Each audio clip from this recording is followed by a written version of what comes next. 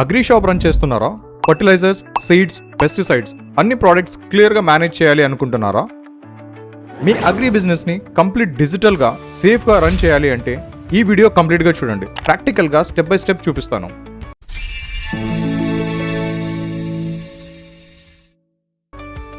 Agri షాప్లో products ప్రధానంగా 3 కేటగిరీలో డివైడ్ అయి ఉంటాయి: ఫర్టిలైజర్స్, సీడ్స్ అండ్ పెస్టిసైడ్స్.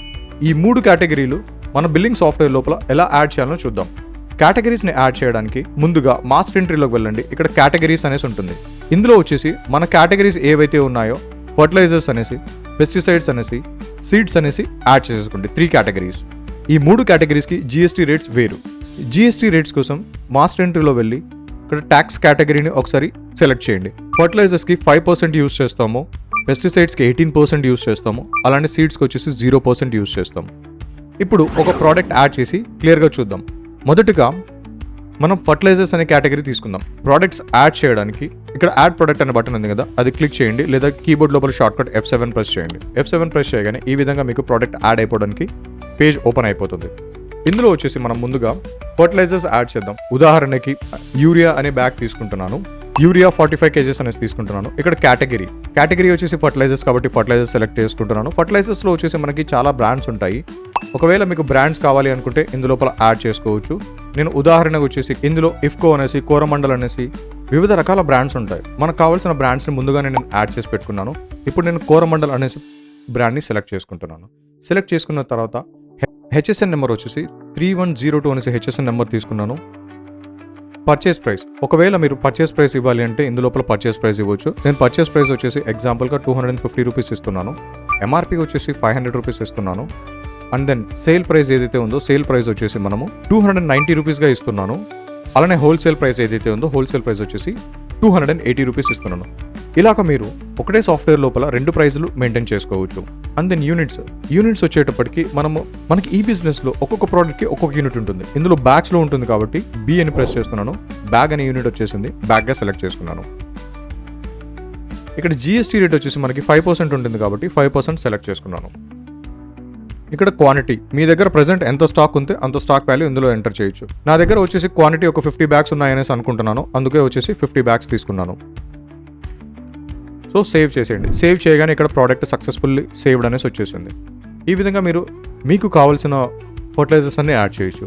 ఇప్పుడు మనం నెక్స్ట్ కేటగిరీలో సీడ్స్ అనేసి తీసుకుందాం. సీడ్స్ విషయంలో చాలా జాగ్రత్తగా ఉండాలి. ఎందుకు అంటే వీటికి GST వచ్చేసి 0% ఎగ్జెంప్టెడ్ అనేసి ఉంటుంది. పొరపాటున మీరు సీడ్స్కి 5% లేదా 18% GST సెలెక్ట్ చేస్తే GST రిపోర్ట్స్ తప్పుగా వస్తుంది. అందుకే సీడ్స్కి సపరేట్ కేటగిరీ ఉండాలి. ఇది ఎలా మేనేజ్ చేయాలో ఇప్పుడు చూద్దాము. సీడ్స్ కేటగిరీకి సంబంధించిన ఒక ప్రోడక్ట్ని మనం ఇప్పుడు యాడ్ చేద్దాము. ఎగ్జాంపుల్గా కాటన్ సీడ్ ప్యాక్ 450 గ్రామ్స్ అనేసి ప్రోడక్ట్ని యాడ్ చేద్దాం. కేటగిరీ వచ్చేసి సీడ్స్ కేటగిరీ సెలెక్ట్ చేసుకుందాం. Main category. సబ్ కేటగిరీ వచ్చేసి ఒకవేళ మీరు బ్రాండ్ నేమ్ ఇవ్వాలంటే బ్రాండ్ నేమ్ ఇచ్చుకోవచ్చు. నేను ఇక్కడ సీడ్స్ అనేసి సెలెక్ట్ చేసుకున్నాను. HSN కోడ్ ఎంటర్ చేసుకున్నాను. ఇప్పుడు పర్చేస్ ప్రైస్, ఇప్పుడు నేను పర్చేస్ ప్రైస్ 700గా తీసుకుంటున్నాను. MRP వచ్చేసి 800 రూపీస్ MRP తీసుకున్నాం. రీటైల్ ప్రైస్ వచ్చేసి 860 rupees. And then wholesale price వచ్చేసి 820 రూపీస్గా నేను తీసుకుంటున్నాను. ఇంతకుముందు మీరు ఫర్టిలైజర్స్లో అబ్జర్వ్ చేస్తే మనం బ్యాగ్ అనేసి తీసుకున్నాం. ఇవి ప్యాకెట్స్ కాబట్టి ఇందులో మనము మెయిన్ యూనిట్గా ప్యాక్స్ అనేసి తీసుకుంటున్నాము. ఇందులో మీరు అబ్జర్వ్ చేయాల్సింది ఏంటిదంటే దీనికి GST ఎగ్జెంప్టెడ్ కాబట్టి ఇక్కడ మనము ఎగ్జెంప్ట్ GST అనేసి సెలెక్ట్ చేసుకుంటున్నాము. పర్చేజ్ అండ్ సేల్స్ రెండిట్లోనూ వచ్చేసి GST ఎగ్జెంప్టెడ్గా మనం సెలెక్ట్ చేసుకుంటున్నాం అనమాట. ఓపెనింగ్ స్టాక్ క్వాంటిటీ వచ్చేసి 80 అనేసి ఇస్తున్నాను, అంటే 80 ప్యాక్స్ ఉన్నాయన్నమాట. దీన్ని నేను సేవ్ చేసేస్తున్నాను. సక్సెస్ఫుల్లీ సేవ్ అయిపోయింది. ఇప్పుడు మనము మోస్ట్ ఇంపార్టెంట్ కేటగిరీ అయిన పెస్టిసైడ్స్ గురించి చూద్దాం. ఇందులో వచ్చేసి రెబల్ 50 GR అనేసి ఒక ప్రోడక్ట్ని యాడ్ చేస్తున్నాను. కేటగిరీ వచ్చేసి నేను పెస్టిసైడ్స్ అనేసి తీసుకుంటున్నాను. సబ్ కేటగిరీలో బ్రాండ్ నేమ్ బదులుగా నేను పెస్టిసైడ్స్ అనేసి సెలెక్ట్ చేసుకుంటున్నాను. పెస్టిసైడ్స్లో బ్రాండ్ నేమ్ కంటే సాల్ట్ కాంబినేషన్ చాలా ముఖ్యం. ఎందుకంటే ఒకే కెమికల్ కాంబినేషన్ వేరు కంపెనీలు వేరు పేర్లతో అమ్ముతాయి. బ్రాండ్ నేమ్ మారినా లోపల ఉండే కెమికల్ కాంబినేషన్ మాత్రం ఒకటే కావచ్చు. కాబట్టి సాఫ్ట్వేర్లో బ్రాండ్ నేమ్ కన్నా సాల్ట్ కాంబినేషన్ మెన్షన్ చేస్తే రైతులు అడిగినప్పుడు ఆ సాల్ట్ కాంబినేషన్ ఏ కంపెనీ మందులో ఉందో వెంటనే చెప్పొచ్చు. అందుకోసం ఇక్కడ డిస్క్రిప్షన్లో నేను ఈ రెబల్ 50 GRకి ఏదైతే సాల్ట్ కాంబినేషన్ ఉందో ఆ సాల్ట్ కాంబినేషన్ ఇందులో యాడ్ చేసుకున్నాను. ఇందులో నేను పర్చేస్ ప్రైస్ 180 రూపీస్గా తీసుకుంటున్నాను. ఎంఆర్పీ వచ్చేసి 220 రూపీస్గా తీసుకుంటున్నాను. రీటైల్ ప్రైస్ వచ్చేసి 200 రూపీస్గా తీసుకుంటున్నాను. హోల్సేల్ ప్రైస్ వచ్చేసి 210 రూపీస్గా నేను ఇందులో తీసుకుంటున్నాను. పెస్టిసైడ్స్ వచ్చేసి మీకు ఎంఎల్లో, బాటిల్స్లో లేదా లీటర్స్లో వస్తాయి. ఈ ప్రోడక్ట్కి నేను బాటిల్ అనేసి యూనిట్ తీసుకుంటున్నాను. ఇంకా జిఎస్టీ విషయానికి వస్తే పెస్టిసైడ్స్కి జిఎస్టీ వచ్చేసి 18%గా ఉంటుంది. సో జిఎస్టీ నేను 18% సెలెక్ట్ చేసుకున్నాను. ఓపెనింగ్ స్టాక్ వచ్చేసి ఒక 30 పీసెస్ ఉన్నాయనేసి 30 పీసెస్గా సెలెక్ట్ చేసుకుంటున్నాను. పెస్టిసైడ్స్లో ఇన్సెక్టిసైడ్స్, ఫంగిసైడ్స్, హర్బిసైడ్స్ అనేసి ఉంటాయి. వీటిని బట్టి హెచ్ఎస్ఎన్ కోడ్ అనేది చేంజ్ అవుతూ ఉంటుంది. ఇక్కడ నేను ఉదాహరణగా ఈ హెచ్ఎస్ఎన్ కోడ్ తీసుకున్నాను. తీసుకున్న తర్వాత ప్రోడక్ట్ని వచ్చేసి సేవ్ అనేసి ఇస్తున్నాను. ఈ ప్రోడక్ట్ వచ్చేసి మనకి సేవ్ అయిపోయిందనమాట. ఇప్పుడు 3 కేటగిరీస్కి సంబంధించిన ప్రోడక్ట్స్ ఒకటే బిల్ లోపల బిల్ ఎలా జనరేట్ చేయాలనేది మనం చూద్దాం. బిల్ జనరేట్ చేయడానికి సేల్ ఎంట్రీ బటన్ ప్రెస్ చేయండి. మరియు ఇందులో మీరు రీటైల్ మరియు హోల్సేల్ 2 బిల్లింగ్స్ జనరేట్ చేసుకోవచ్చు.